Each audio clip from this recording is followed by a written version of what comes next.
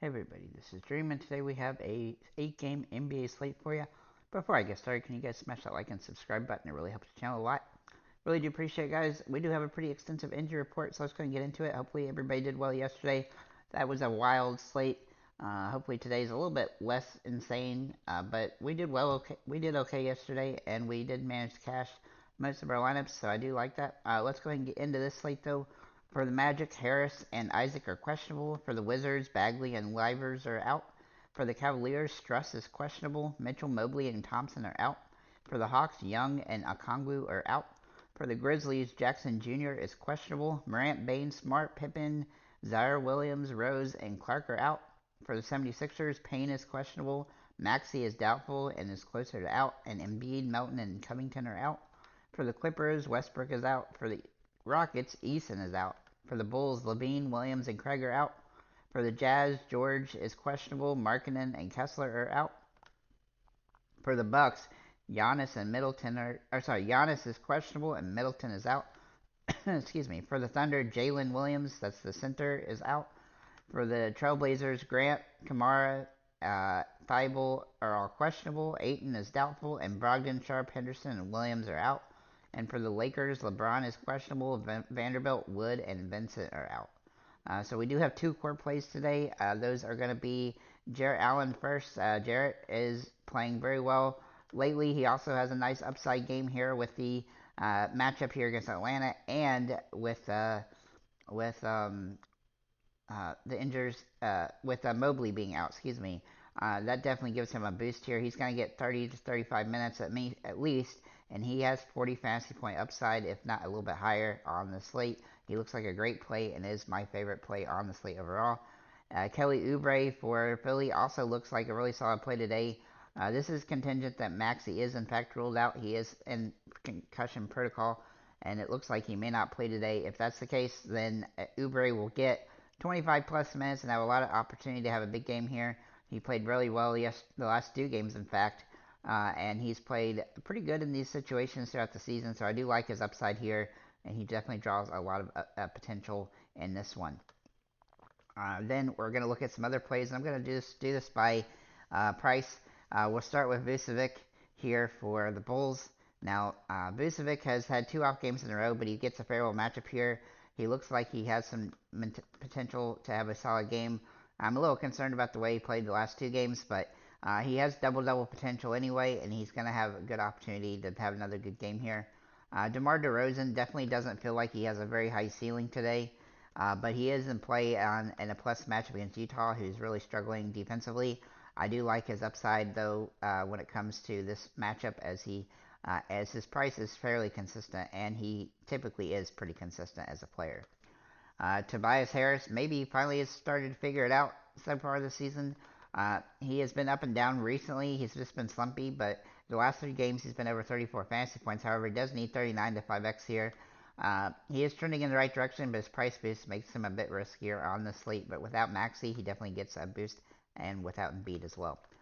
Kobe White, very interesting play today for Chicago against Utah. His price is still in the range that we like, but it is climbing. He has some utility here. He also has the minutes necessary to pay off. I do like how he's played lately. He's got that big time upside. Pretty much the top three guys for the Bulls all have that big time upside, and that definitely gives them some utility in a favorable matchup.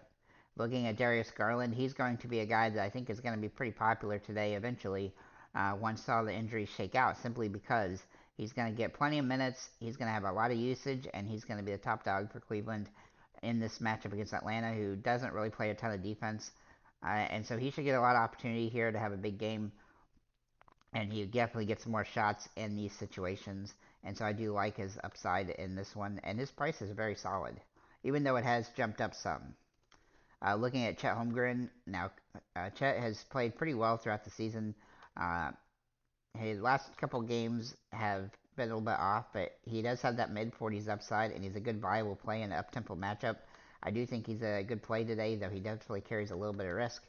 John Collins is a guy that I've really considered making a core play as well. I will put him in the lineup just so you can see what that looks like with the other two at this point. But Collins has played fantastic lately. He's both with both the other bigs out. That gives him another nice little boost here. and that's what I'm really looking for right now from this guy is to have a really solid game. And he also has 40 fantasy point upside in this matchup, so I think he's going to draw a lot of potential to have a solid opportunity here.